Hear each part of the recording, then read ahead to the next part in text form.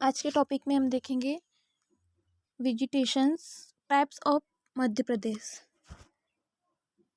ये जो मैप है ये नेचुरल वेजिटेशन ऑफ इंडिया का है। हमें पढ़ना है vegetations types of Madhya Pradesh. ये तो इसके बारे में हम देखते हैं।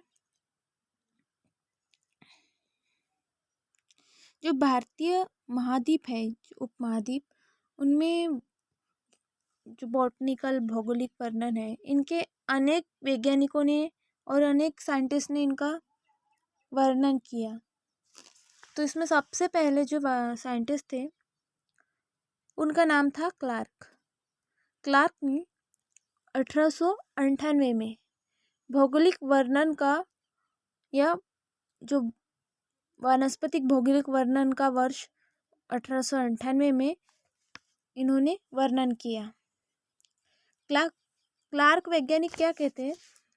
क्लार्क ने संपूर्ण जो भारतीय है उपमहाद्वीप को 11 वनस्पतिक भौगोलिक क्षेत्रों में विभाजित किया है। कौन से साइंटिस्ट ने? क्लार्क ने। फिर 1907 में हुकर ने भारतीय उपमहाद्वीप को 9 वनस्पतिक भौगोलिक क्षेत्र में विभाजित किया। पहले क्लार्क ने 11 में किया, हुकर ने 9 में किया। फिर चटर्जी ने इन्होंने वानस्पतिक भौगोलिक वर्गीकरण को 2 बार प्रस्तुत किया।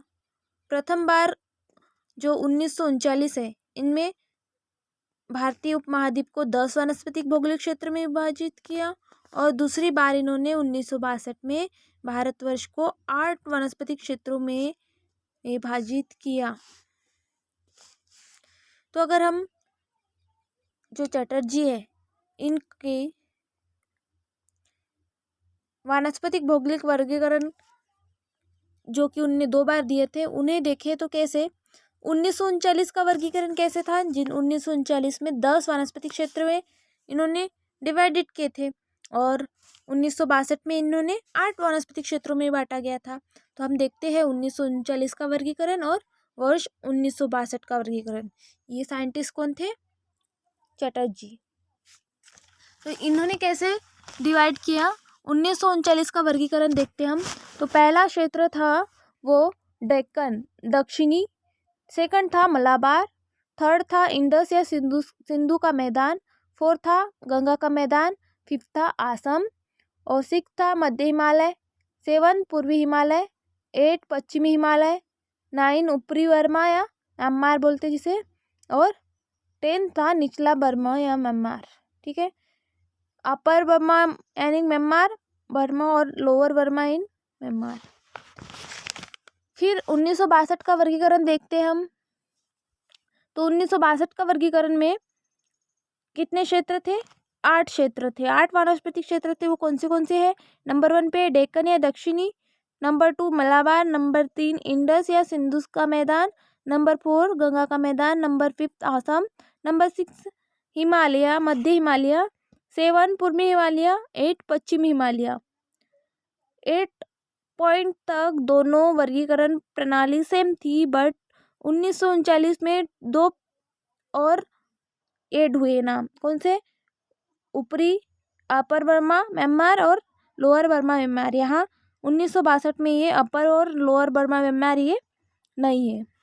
तो यहाँ हमें याद रखना होगा कि जो 1 से लेकर 8 तक के वहाँ सेम क्लासिफिकेशन है दोनों में, 1939 में भी और 1962 में भी। सिर्फ 2 नाम ऐड करे हैं जिसमें 1939 का और यहाँ 1962 में 2 नाम हट गए हैं। ठीक है, तो ये हो गया हमारा जो चटर्जी है इनके भौगोलिक वर्गीकरण, वानस्पतिक भौगोलिक वर्गीकरण की 2 बार, जो उन्होंने 2 बार उनका वर्गीकरण किया था जो था 1939 में और 1962 में, वो देखे हमने।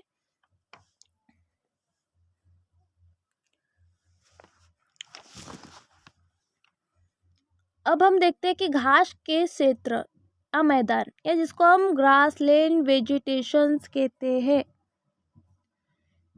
क्या होता है ग्रासलैंड वेजिटेशन? जो भारत है उसके उपमहाद्वीप को मूल वनस्पति मतलब वेजिटेशन विशाल वनों के द्वारा अभिवृत है, यानी कि जो भारतीय वनस्पति है उनका प्रमुख लक्षण संपूर्ण देश में चारागाह भूमि को सर्वाधिकता देना है या सर्वाधिकता है। चारागाह वाले भूमि का सबसे ज़्यादा मात्रा में है, इससे वेजिटेशंस एरिया या ग्रासलैंड वेजिटेशंस कहेंगे। तो इसको सबसे पहले बोर नामक साइंटिस्ट ने भारत की जलवायु या तो वन्य जलवायु या कि जिसे हम बोलते हैं फॉरेस्ट क्लाइमेट, या फिर मरुस्थलीय जलवायु जिसे क्या कहेंगे हम डिजर्ट क्लाइमेट है, ऐसा इन्होंने बोर साइंटिस्ट ने बताया। फिर चैंपियन नामक साइंटिस्ट थे, इन्होंने क्या कहा कि चैंपियन ने 1936 में घास तल के आधार पर भारतवर्ष को 3 प्रदेशों में विभाजित किया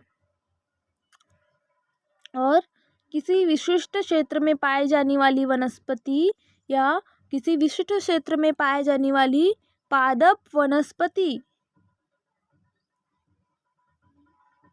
जातियां, या फिर हम इसे ऐसे भी कह सकते हैं कि किसी विशिष्ट क्षेत्र में पाई जाने वाली पादप जातियां उस क्षेत्र की वनस्पति कहलाती है।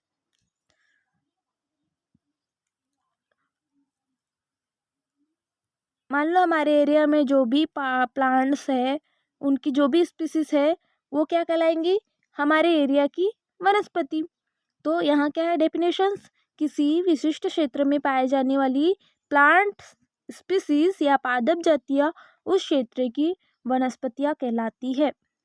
केंद्रीय भारत के बीचों बीच स्थित मध्य प्रदेश एक वनस्पति प्रदेश कहलाता है।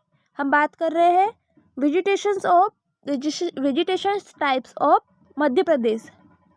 तो मध्य प्रदेश क्या है, केंद्रीय भारत के बीचों बीच, दिख रहा होगा आपको यहाँ, देखो केंद्रीय भारत के बीचों बीच में स्थित मध्य प्रदेश एक फ्लोरिस्टिक रीजन या वानस्पतिक प्रदेश कहलाता है जो एक निश्चित वानस्पतिक इकाई प्रदर्शित करता है।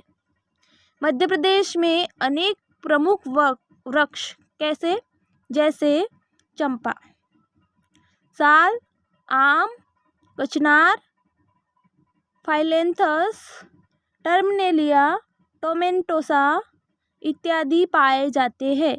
इसके अलावा अनेक झाड़ीदार पौधे, घास आदि भी पाए जाते हैं। तो ये क्या था, घास के क्षेत्र या ग्रासलैंड वेजिटेशंस। तो हमें समझ में आ ही गया होगा कि जो ग्रासलैंड वेजिटेशंस है या फिर हम वेजिटेशंस की बात कर रहे हैं तो क्या होते हैं, ये होते हैं कि भारत के उपमहाद्वीप के मूल वनस्पति विशाल वनों के द्वारा भी होते हैं। वनों के द्वारा ही आच्छादित प्रदेश है या वनों के द्वारा ही ये विशाल वनों के द्वारा ही उपमहाद्वीप ये ढके हैं। जो भारत की वनस्पति का प्रमुख लक्षण है वो संपूर्ण देश की चारागाह भूमि में सर्वाधिकता का है। अब इसके बाद जो साइंटिस्ट थे, कौन से साइंटिस्ट थे, वो बोर, उन्होंने क्या कहा कि जो भारत की जलवायु है या तो वन्य जलवायु जिसको फॉरेस्ट क्लाइमेट कहते हैं या फिर डिजर्ट जलवायु यानी कि मरुस्थलीय जलवायु, ऐसे इन्होंने बोर साइंटिस्ट ने कहा। देन उसके बाद चैंपियन ने घास के आधार पर इनको 3 भागों में डिवाइड कर दिए। फिर अगर हम बात करें कि वनस्पति क्या होती है, तो वनस्पति क्या होती है, किसी विशिष्ट क्षेत्र में पाई जाने वाली प्लांट स्पीसीज उस क्षेत्र की वनस्पति कहलाएंगी। केंद्रीय जो भारत है, अब मध्य प्रदेश हम जानते ही हैं कि भारत के या इंडिया के बीचों बीच में है।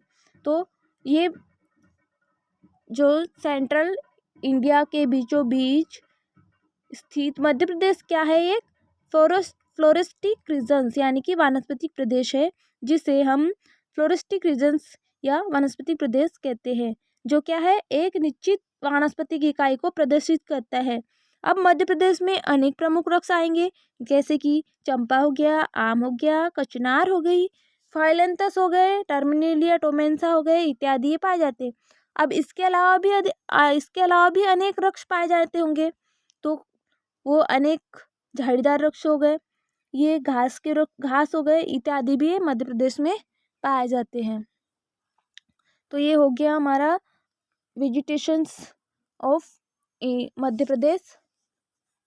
ये map natural vegetation of India का है और हम बात कर रहे हैं आज के टॉपिक में vegetations types of Madhya Pradesh, सिर्फ इतने एरिया की मध्य प्रदेश की। इसके बाद हम देखेंगे मध्य प्रदेश की घास स्थल वनस्पति यानी कि ग्रासलैंड वनस्पति of Madhya Pradesh. Thank you.